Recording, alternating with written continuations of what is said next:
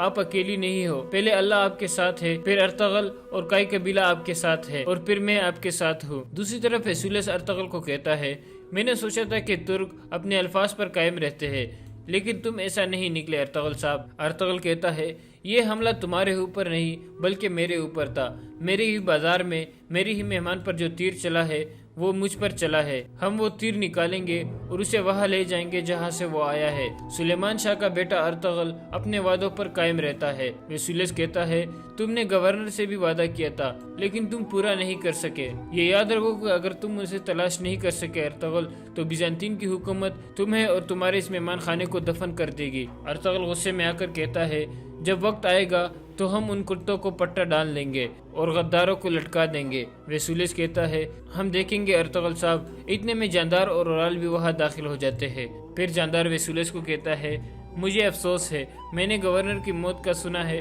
اور مجھے بہت افسوس ہے۔ امیر سعادتین نے بھی افسوس کا اظہار کیا ہے۔ ویسولیس کہتا ہے شکریہ جاندار صاحب، اس طرح کے وقت میں پتہ چل جاتا ہے کہ کون ہمارے دشمن ہے اور کون ہمارے دوست۔ ابھی میں گورنر کی لاش کو اس کے دوستوں کے پاس لے کر جا رہا ہوں۔ پھر ارطغرل جاندار کو بیٹھنے کا کہتا ہے۔ دوسری طرف لسکارس واپس قلعے میں پہنچ چکا تھا۔ پیتروس اس سے کہتا ہے تم نے کمانڈر ویسولیس کے سامنے اپنے آپ کو ثابت کر لیا ہے۔ لسکارس کہتا ہے جب تک ہم تمام ترکوں کو ان زمینوں سے صاف نہ کر دے تب تک میں نہیں رکوں گا۔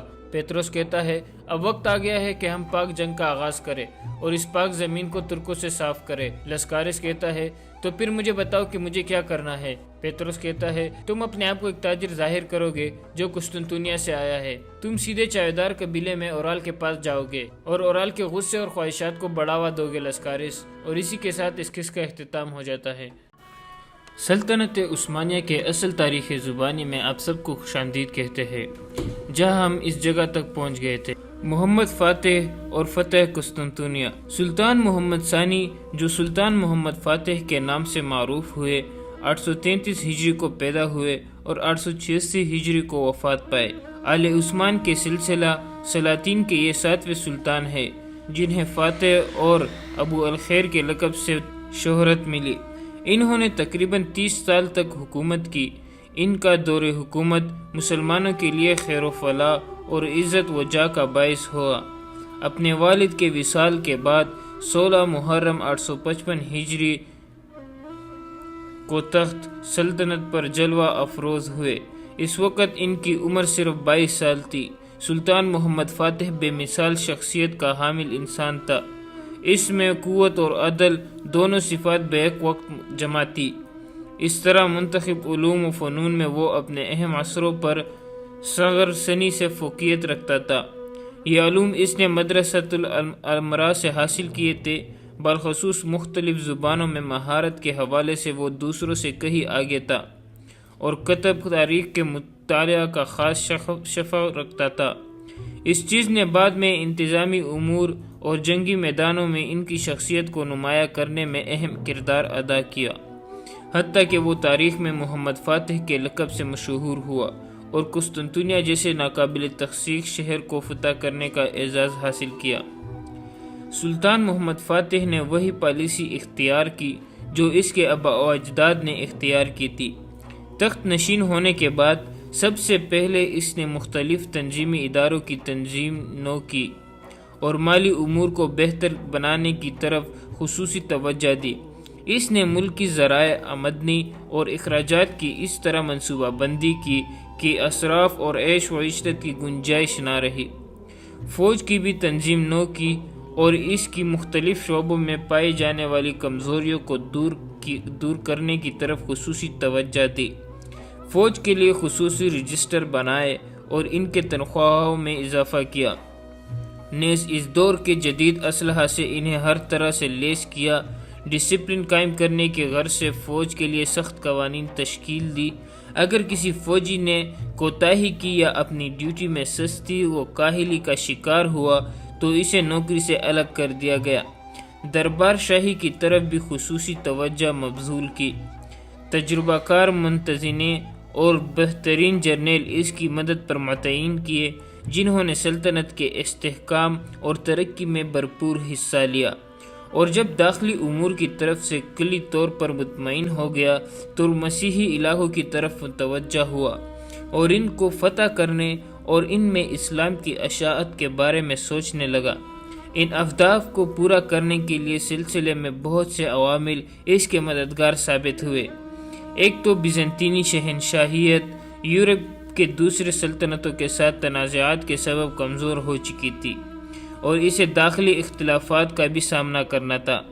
اس کے تمام علاقوں اور شہروں میں حکومت کے خلاف لاواپک رہا تھا۔ سلطان محمد یہ سب کچھ اپنی آنکھوں سے دیکھ رہا تھا۔ اس نے اس موقع سے فائدہ اٹھانے کے لیے اپنی تمام قوتیں داؤ پر لگا دی تاکہ بیزنطینی شہنشاہیت کے دارالحکومت قسطنطنیہ کو فتح کر کے کامیابیوں کا تاج سر جائے اور عالمی اسلام کے خلاف صلیبی تحریکوں کے ایک اہم اور مرکزی قلعے کو منہدم کر دے جو عرصے سے اسلامی دشمن سازشوں میں مصروف تھے، اور اس طرح پوری مسیحیت بالعموم اور بیزنطینی شہنشاہیت کو بالخصوص مغلوب کرے۔ محمد اسے دولت العثمانیہ کا دارالحکومت بنا کر اپنے خوابوں کی تعبیر چاہتا تھا، جس کی تعبیر سے اس کے پیشرو اسلامی لشکر کے قائدین عاجزاں رہ گئے تھے۔ قسطنطنیہ کی فتح۔ قسطنطنیہ دنیا کے اہم ترین شہروں میں شمار ہوتا تھا۔ اس کی بنیاد 330 ہجری میں بیزنطینی شہنشاہ قسطنطین نے اول رکھی تھی۔ قسطنطنیہ کی پوری دنیا میں ایک ممتاز حیثیت حاصل تھی کہ اس کے بارے میں کہا جاتا ہے اگر پوری دنیا ایک ملک ہوتی تو قسطنطنیہ اس قابل تھا کہ اس ملک کا دارالحکومت بنتا۔ جب سے اس شہر کی بنیاد پڑی یہ بیزنطینیوں کا دارالحکومت رہا۔ یہ دنیا کے عظیم ترین اور اہم ترین شہروں میں سے تھا۔ جب مسلمانوں نے بیزنطینی سلطنت کے ساتھ جہاد شروع کیا تو اس شہر کو اس جنگ میں ایک خاص مقام حاصل تھا۔ اسی لیے رسول اللہ صلی اللہ علیہ وآلہ وسلم نے اپنے صحابہ کرام رضی اللہ عنہ کو کئی مواقع پر اس کی فتح کی بشارت دی۔ ان میں سے ایک موقع غزوہ خندق میں پیش آنے والا مشہور واقعہ ہے۔ اس لیے مسلمان خلفاء اور اسلامی عساکر کے کئی قائدین مختلف ادوار میں اس کو فتح کرنے میں مسابقت رکھتے ہیں تاکہ یہ بشارت رسول اللہ صلی اللہ علیہ وسلم ان کی حق میں پوری ہو کہ قسطنطنیہ جس شخص کے ہاتھ فتح ہوگا وہ امیر بہترین امیر ہوگا اور وہ لشکر بہترین لشکر ہوگا۔ اس لیے حضرت امیر معاویہ رضی اللہ عنہ کے دور خلافت سے عساکر اسلامیہ کے ہاتھ اس کی طرف بڑھتے رہے۔ قسطنطنیہ پر مسلمانوں کی طرف سے سب سے پہلا حملہ 44 ہجری میں ہوا، لیکن یہ حملہ کامیاب نہ ہوا۔ پھر امیر معاویہ رضی اللہ تعالی عنہ کے دور خلافت میں کئی دوسرے حملے بھی ہوئے، لیکن سب ناکام رہے۔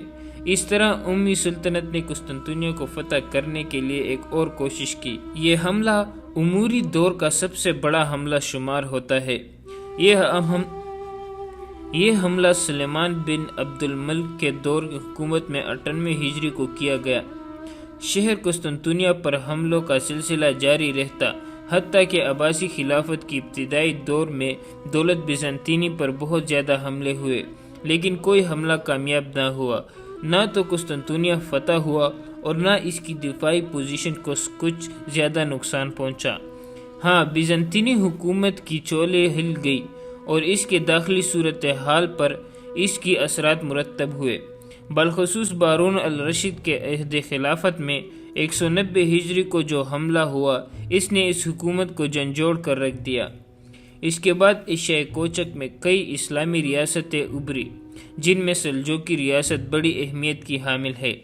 یہ سلطنت ایشیا کوچک تک پھیلی ہوئی ہے اور اس کا کارفرما سلطان الف ارسلان بڑا بہادر اور مجاہد تھا۔ اس نے 464 ہجری میں ملاسکرت کی جنگ میں روم کے بادشاہ ڈیمونیس کو شکست فاش دے کر قسطنطنیہ کو ہلا کر رکھ دیا تھا۔ اس جنگ میں شاہ روم بذات خود اسیر ہوا اور ایک مدت بعد اس شرط پر اسے چھوڑ دیا گیا کہ وہ سلطان سلجوق کو سالانہ جزیہ ادا کرے گا، اور یہ بات اس حقیقت کی عکاسی کرتی ہے کہ روم کی بہت زیادہ علاقوں کے مسلم ریاست سلجوقی کے سامنے سر جھکا دیا تھا۔ عظیم سلجوقی سلطنت کے کمزور ہونے کے بعد کئی سلجوقی ریاستیں سامنے آئی، جن میں سے سلاجقہ روم بڑی شہرت کے حامل ہے۔ اس کی حکومت ایشیا کوچک کے علاقے میں تھی اور اس نے اپنے حدود کو مغرب میں بحریجیا کے سواحل تک وسیع کر لیا تھا اور رومانیہ کی حکومت اس کے سامنے بے بس ہو گئی تھی۔ 8ویں صدی ہجری 14ویں صدی ہجری میں سلاجقہ روم کی جگہ عثمانیوں نے لی اور قسطنطنیہ کو فتح کی کوششیں ایک بار پھر شروع ہو گئی۔ اس کی ابتدا اس وقت ہوئی جب بایزید جو فتح قسطنطنیہ کی کوشش کی اور 796 ہجری میں بڑی شدت سے قسطنطنیہ کا محاصرہ کیا۔ سلطان نے شہر کا محاصرہ اس شدت سے کیا کہ بیزنطینی شہنشاہ سے مذاکرات کے دوران یہ مطالبہ کیا کہ وہ شہر مسلمانوں کے حوالے کر دے، لیکن وہ ٹال مٹول سے کام لیتا رہا اور مذاکرات کو تول دے کر اسلامی فوجوں کو قسطنطنیہ سے پیچھے دھکیلنے کے لیے یورپ سے مدد طلب کرتا رہا، قریب تاکہ بایزید کے ہاتھ پر قسطنطنیہ فتح ہو جاتا۔ لیکن اسی اثناء میں خبر پہنچی کہ مغلوں نے تیمورلنگ کی قیادت میں عثمانی علاقوں پر حملہ کر دیا ہے اور ان علاقوں میں فتنہ و فساد کا بازار گرم رکھا ہے۔ سلطان بایزید کو مجبوراً محاصرہ اٹھانا پڑا اور اپنی فوجوں کو لے کر مغلوں سے جنگ کرنے کے لیے پیچھے ہٹنا پڑا۔ مغلوں کے خلاف فوج کشی میں بھی سلطان بایزید نے خود قیادت کی اور انقرہ کے مقام پر دونوں مسلم فوجوں کے درمیان گھمسان کی جنگ ہوئی۔ بالآخر بایزید کی فوجوں کو شکست ہوئی، سلطان تیمور کے ہاتھوں گرفتار ہوا اور قید کی حالت میں 1402 کو منتیجتا دولت عثمانیہ افراق و انتشار کا شکار ہو گئی اور فتح قسطنطنیہ کی سوچ کچھ وقت تک کے لیے مدھم پڑ گئی۔ دولت عثمانیہ کو جوں ہی استحکام نصیب ہوا اور حالات درست ہوئے تو روحی جہاد پر سے عود کر آئی اور سلطان مراد ثانی 824 ہجری کے دور کی حکومت میں قسطنطنیہ کے فتح کی پر سے کوشش ہونے لگی۔ عثمانیوں نے اس کے دور کی حکومت میں کئی بار قسطنطنیہ کا محاصرہ کیا۔ ان کوششوں کے عرصے میں بیزنطینی بادشاہ عثمانیوں کے صفوں میں فتنہ و فساد پیدا کرنے اور بیرونی طاقت کو سلطان کے خلاف مدد دینے کی کوشش میں مصروف رہا اور اس طرح نصرانی بادشاہ سلطان کو اپنے مقصد سے جس پر وہ بہت حریص تھا غافل رکھنے میں کامیاب رہا۔ عثمانی اپنے ارادوں کو پورا نہ کر سکے، حتیٰ کہ بایزید کے بیٹے محمد فاتح کے دور میں مسلمانوں کی فتح قسطنطنیہ کی یہ آرزو پوری ہوئی۔ سلطان محمد فاتح اپنے والد کی زندگی میں بھی امور جہاں بانی سر انجام دیتا رہا اور اسی دور سے وقتاً فوقتاً بیزنطینی سلطنت کے ساتھ اس کی چپکلش جاری رہی۔ وہ ان تمام کوششوں سے واقف تھا جو فتح قسطنطنیہ کے سلسلے میں اس سے پہلے عثمانی خلفاء کر چکے تھے، بلکہ وہ ان کوششوں سے بھی آگاہ تھا جو مختلف اسلامی ادوار میں کئی بار فتح قسطنطنیہ کے لیے کی جاتی رہی تھی۔ اس لیے جو ہی وہ سلطنت عثمانیہ کے تخت پر جلوہ افروز ہوا تو فتح قسطنطنیہ کی تمنا اور اس کے لیے سوچ و بچار کرنے لگا۔ علماء کی تربیت نے اس کے اندر اسلام اور ایمان کی محبت اور قرآن و سنت پر عمل کا جذبہ پیدا کرنے میں خاص کردار ادا کیا۔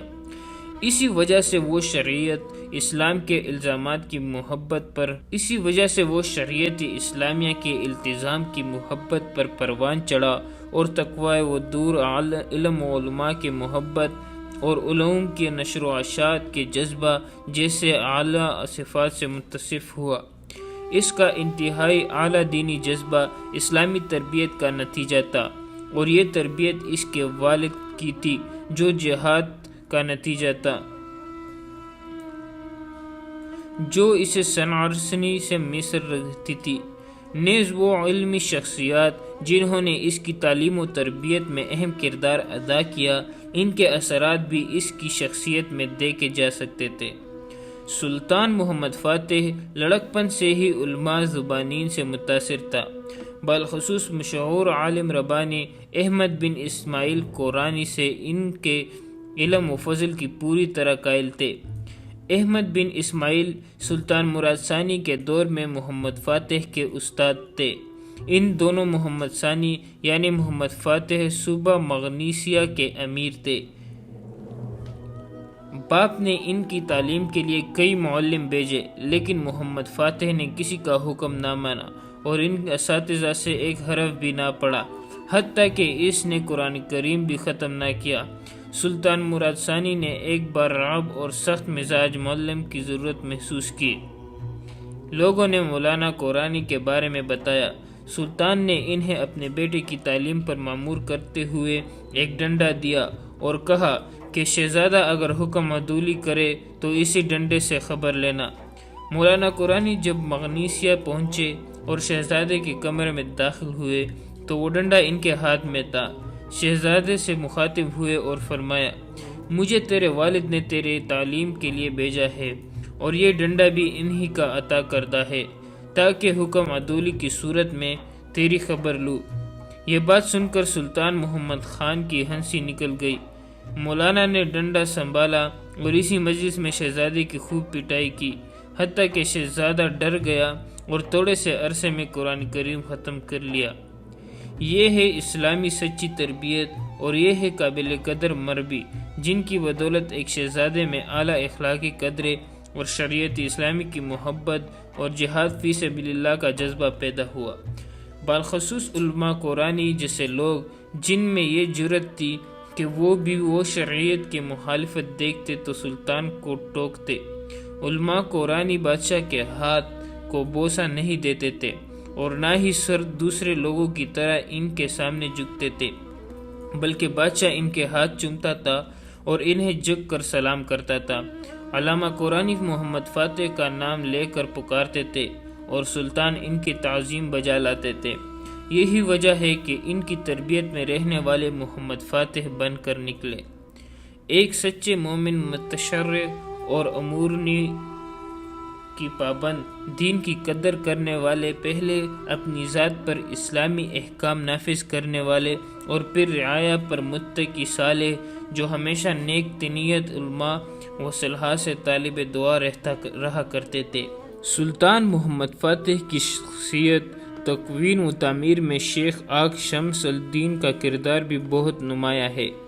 شیخ نے سفری سنی سے ہی ان کے دل پر دو چیزوں کو نقش کر دیا، قرآن و سنت پر عمل کا جذبہ پیدا کرنے میں خاص کردار ادا کیا۔ اسی وجہ سے وہ شریعت اسلام کے الزامات کی محبت پر شریعت اسلامیہ کے التزام کی محبت پر پروان چڑھا اور تقوی و دور علم و علماء کے محبت اور علوم کے نشر و اشاعت کے جذبہ جیسے اعلیٰ صفات سے متصف ہوا۔ اس کا انتہائی اعلیٰ دینی جذبہ اسلامی تربیت کا نتیجہ تھا، اور یہ تربیت اس کے والد کی تھی جو جہاد کا نتیجہ تھا، جو اسے سنعرسنی سے مصر رہتی تھی۔ نیز وہ علمی شخصیات جنہوں نے اس کی تعلیم و تربیت میں اہم کردار ادا کیا، ان کے اثرات بھی اس کی شخصیت میں دیکھے جا سکتے تھے۔ سلطان محمد فاتح لڑکپن سے ہی علماء زبانین سے متاثر تھا، بالخصوص مشہور عالم ربانی احمد بن اسماعیل قرانی سے ان کے علم و فضل کی پوری طرح قائل تھے۔ احمد بن اسماعیل سلطان مراد ثانی کے دور میں محمد فاتح کے استاد تھے۔ ان دونوں محمد ثانی یعنی محمد فاتح صوبہ مغنیسیہ کے امیر تھے۔ باپ نے ان کی تعلیم کے لیے کئی معلم بھیجے، لیکن محمد فاتح نے کسی کا حکم نہ مانا اور ان اساتذہ سے ایک حرف بھی نہ پڑھا، حتیٰ کہ اس نے قرآن کریم بھی ختم نہ کیا۔ سلطان مراد ثانی نے ایک بار رعب اور سخت مزاج معلم کی ضرورت محسوس کی۔ لوگوں نے مولانا قرانی کے بارے میں بتایا۔ سلطان نے انہیں اپنے بیٹے کی تعلیم پر مامور کرتے ہوئے ایک ڈنڈا دیا اور کہا کہ شہزادہ اگر حکم عدولی کرے تو اسی ڈنڈے سے خبر لینا۔ مولانا قرانی جب مغنیسیہ پہنچے اور شہزادے کے کمرے میں داخل ہوئے تو وہ ڈنڈا ان کے ہاتھ میں تھا۔ شہزادے سے مخاطب ہوئے اور فرمایا، مجھے تیرے والد نے تیرے تعلیم کے لیے بھیجا ہے اور یہ ڈنڈا بھی انہی کا عطا کردہ ہے تاکہ حکم عدولی کی صورت میں تیری خبر لوں۔ یہ بات سن کر سلطان محمد خان کی ہنسی نکل گئی۔ مولانا نے ڈنڈا سنبھالا اور اسی مجلس میں شہزادے کی خوب پٹائی کی، حتیٰ کہ شہزادہ ڈر گیا اور تھوڑے سے عرصے میں قرآن کریم ختم کر لیا۔ یہ ہے اسلامی سچی تربیت، اور یہ ہے قابل قدر مربی جن کی بدولت ایک شہزادے میں اعلیٰ اخلاقی قدرے اور شریعت اسلامی کی محبت اور جہاد فی سبیل اللہ کا جذبہ پیدا ہوا۔ بالخصوص علماء قرآنی جیسے لوگ جن میں یہ جرأت تھی کہ وہ شریعت کی مخالفت دیکھتے تو سلطان کو ٹوکتے۔ علماء قرآنی بادشاہ کے ہاتھ کو بوسہ نہیں دیتے تھے اور نہ ہی سر دوسرے لوگوں کی طرح ان کے سامنے جھکتے تھے، بلکہ بادشاہ ان کے ہاتھ چومتا تھا اور انہیں جھک کر سلام کرتا تھا۔ علامہ قرآنی محمد فاتح کا نام لے کر پکارتے تھے اور سلطان ان کی تعظیم بجا لاتے تھے۔ یہی وجہ ہے کہ ان کی تربیت میں رہنے والے محمد فاتح بن کر نکلے۔ ایک سچے مومن، متشرع اور امورنی کی پابند، دین کی قدر کرنے والے، پہلے اپنی ذات پر اسلامی احکام نافذ کرنے والے اور پھر رعایا پر متقی صالح، جو ہمیشہ نیک نیت علماء و صلحاء سے طالب دعا رہا کرتے تھے۔ سلطان محمد فاتح کی شخصیت تکوین و تعمیر میں شیخ آق شمس الدین کا کردار بھی بہت نمایاں ہے۔ شیخ نے سفری سنی سے ہی ان کے دل پر دو چیزوں کو نقش کر دیا، ایک جہاد فی سبیل اللہ کی عثمانی تحریک کو آگے بڑھانا، اور دوسری یہ چیز کہ جس امیر کی حدیث بھی بشارت دی گئی ہے کہ وہ قسطنطنیہ کو فتح کرے گا اور بہترین امیر ہوگا، وہ محمد ہی ہے۔ اس لیے محمد فاتح کی دل آرزو تھی کہ وہ رسول اللہ صلی اللہ علیہ وآلہ وسلم کی حدیث کا مصداق ٹھہرے۔ فتح قسطنطنیہ کی تیاری۔ سلطان محمد فاتح نے قسطنطنیہ کو فتح کرنے کے لیے پوری طرح پلاننگ کی اور اس منصوبے میں اپنی پوری کوشش صرف کر دی کہ جو لشکر فراہم ہوا اس کی تعداد تقریباً 4 ملین سپاہی تھے۔ یہ اس دور کے لحاظ سے مختلف اقوام کے لشکروں کی نسب ایک بہت بڑا لشکر تھا۔ پھر اس لشکر کی تدبیر اور ٹریننگ میں کوئی دقیقہ فرگزارش نہ کیا گیا۔ طرح طرح کے سپاہیانہ فنون کی تعلیم دی گئی اور انواع و اقسام کے اسلحے کا بندوبست کیا گیا جو آنے والی جہادی کارروائی کا انہیں اہل بنا سکتا تھا۔ اس ظاہری تیاری کے ساتھ ساتھ محمد فاتح نے سپاہیوں کی معنوی تیاری، روحانی کا بھی خصوص اہتمام کیا۔ ان میں جہاد فی سبیل اللہ کا جذبہ پیدا کیا گیا اور انہیں بتایا گیا کہ رسول اللہ صلی اللہ علیہ وآلہ وسلم نے فتح قسطنطنیہ کے فاتح لشکر کی تعریف فرمائی ہے اور ہو سکتا ہے یہی لشکر آپ کا مقصود ہو۔ اس چیز نے ان میں معنوی قوت اور بے مثال بہادری کا جذبہ پیدا کر دیا۔ پھر لشکر میں علماء پھیل گئے اور ان کی وجہ سے سپاہیوں کے حوصلے بلند ہو گئے، ان میں حقیقی جہاد کا جذبہ پیدا ہو گیا اور وہ اللہ کریم کے فرمان پر اپنی جان دینے کے لیے بالکل تیار ہو گئے۔ سلطان نے تنگنائے باسفورس کے یورپی کنارے پر ایک بہت تنگ جگہ پر اس قلعے کے سامنے، جس کی بنیاد سلطان بایزید کے عہد میں ایشیائی خشکی کے ٹکڑے پر رکھی گئی تھی، قلعہ رومیلی حصار قائم کیا۔ بیزنطینی فرمانروا نے سلطان فاتح کو یہ پیشکش کی کہ وہ خطیر رقم لیکن یہاں قلعہ تعمیر نہ کرے، لیکن سلطان قلعہ بنانے پر مصر رہا کیونکہ وہ اس جگہ کی عسکری اہمیت سمجھتا تھا۔ ایک بلند و بالا ناقابل تسخیر قلعہ مکمل ہو گیا جس کی بلندی 82 میٹر تھی۔ آمنے سامنے کے ان دو قلعوں کا درمیانی فاصلہ 660 میٹر کے برابر تھا، جہاں سے عثمانی باسفورس پر نظر رکھ سکتے تھے اور کوئی جہاز ان کی اجازت کے بغیر مشرق سے مغرب کی طرف نہیں جا سکتا تھا۔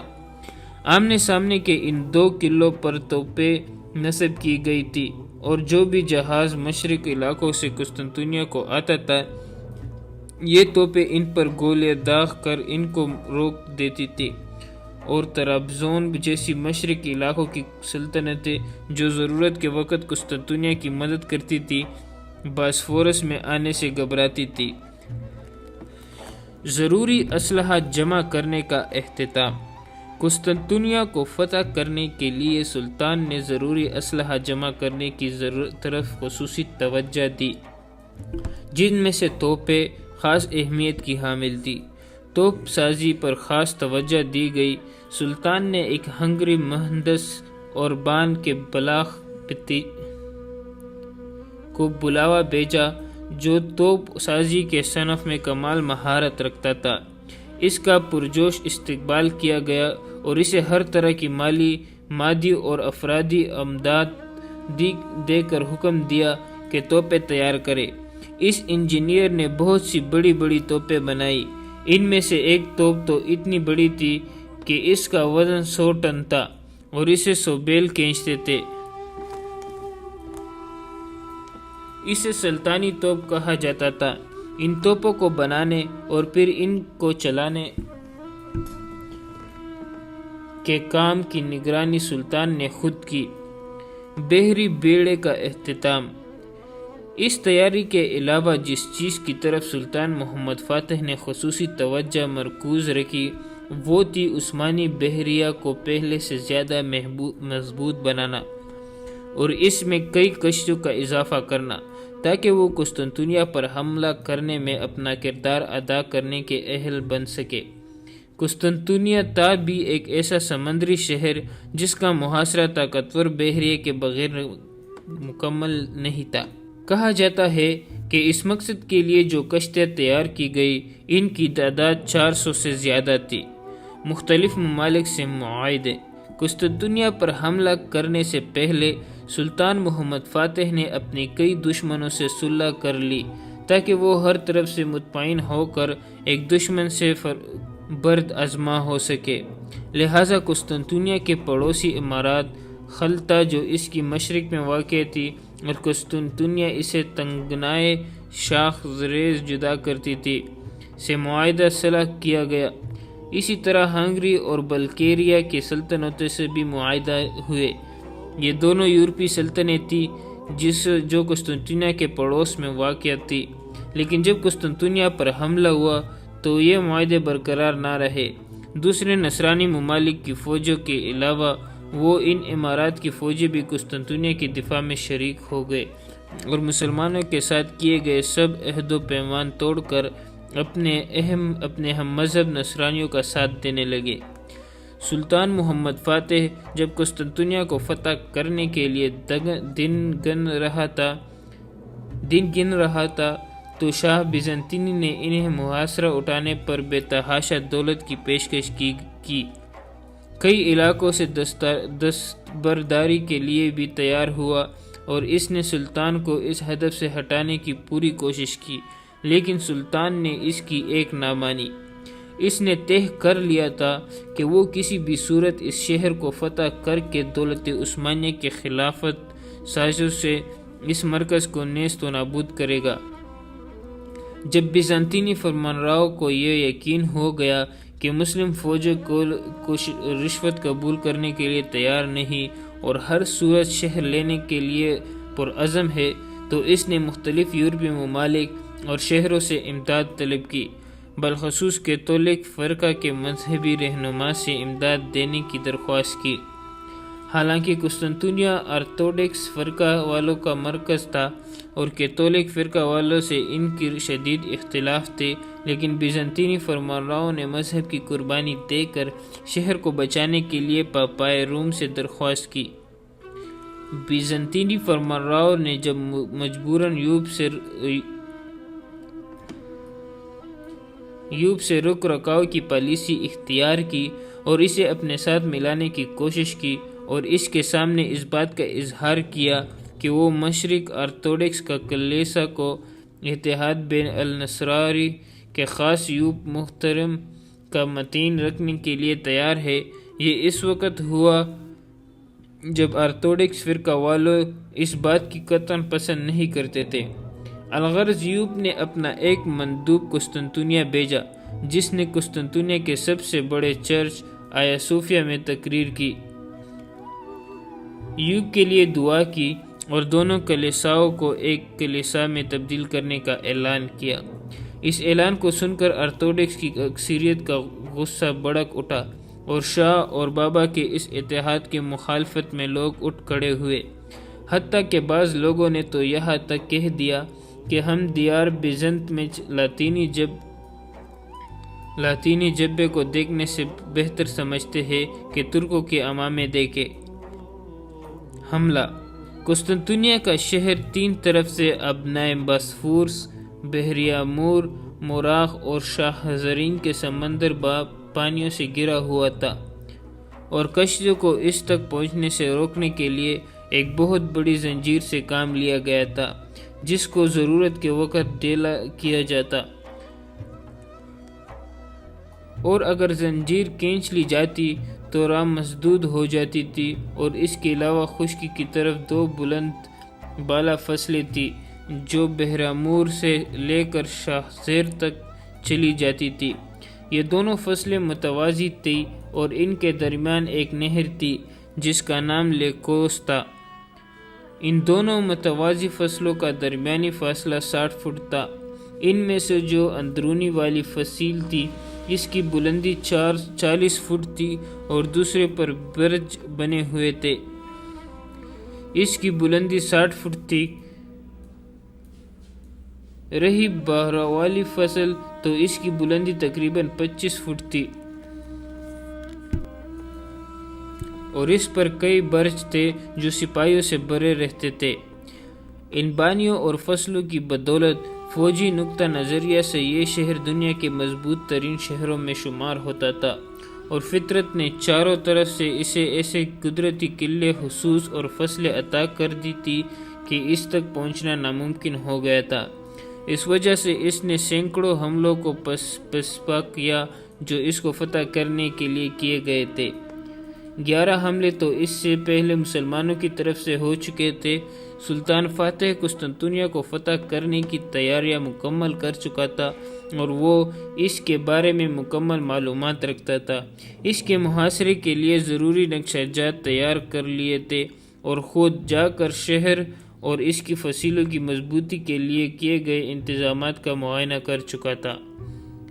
سلطان نے ایڈریانوپل اور قسطنطنیہ کے درمیانی راستے کو آسان بنانے کے لیے عملی اقدامات بھی کیے تھے تاکہ وہ وزنی توپوں کو قسطنطنیہ تک منتقل کرنے میں آسانی رہے۔ ایڈریانوپل سے قسطنطنیہ کا راستہ ان توپوں نے 2 ماہ میں طے کیا۔ شہر کے قریب مناسب فاصلے پر ان توپوں کو کچھ سپاہ کی نگرانی میں چھوڑ دیا گیا، حتیٰ کہ عثمانی لشکر جس کی قیادت سلطان محمد فاتح خود کر رہے تھے، جمعرات 26 ربیع الاول کو قسطنطنیہ کے قریب پہنچا۔ فوج کو اکٹھا کیا گیا۔ کل تعداد 50,200 سپاہی تھے۔ سلطان نے ان سے ایک پرجوش خطاب کیا، انہیں جہاد کی ترغیب دی، غازی یا شہید ہونے تک لڑائی جاری رکھنے کا حکم دیا، انہیں نصیحت کی کہ جنگ میں ثابت قدمی اور شجاعت کا مظاہرہ کرے، آیات قرآنی جو جہاد فی سبیل اللہ کی ترغیب میں تھی پڑھی، اور ان احادیث کو بھی بیان کیا جن میں فتح قسطنطنیہ کی بشارت دی گئی تھی اور اس لشکر اور قائد لشکر کی فضیلت بیان کی گئی تھی۔ سلطان نے بیان کیا کہ اس فتح سے اسلام اور مسلمانوں کو کیا عظمت و عزت حاصل ہو سکتی ہے۔ سلطان نے کچھ اس انداز سے اور اتنے مؤثر الفاظ میں خطاب کیا کہ نعرہ تکبیر، اللہ اکبر سے فضا گونج اٹھی اور پوری فوج اللہ کریم سے اس شہر کی فتح کے لیے دعا کرنے لگی۔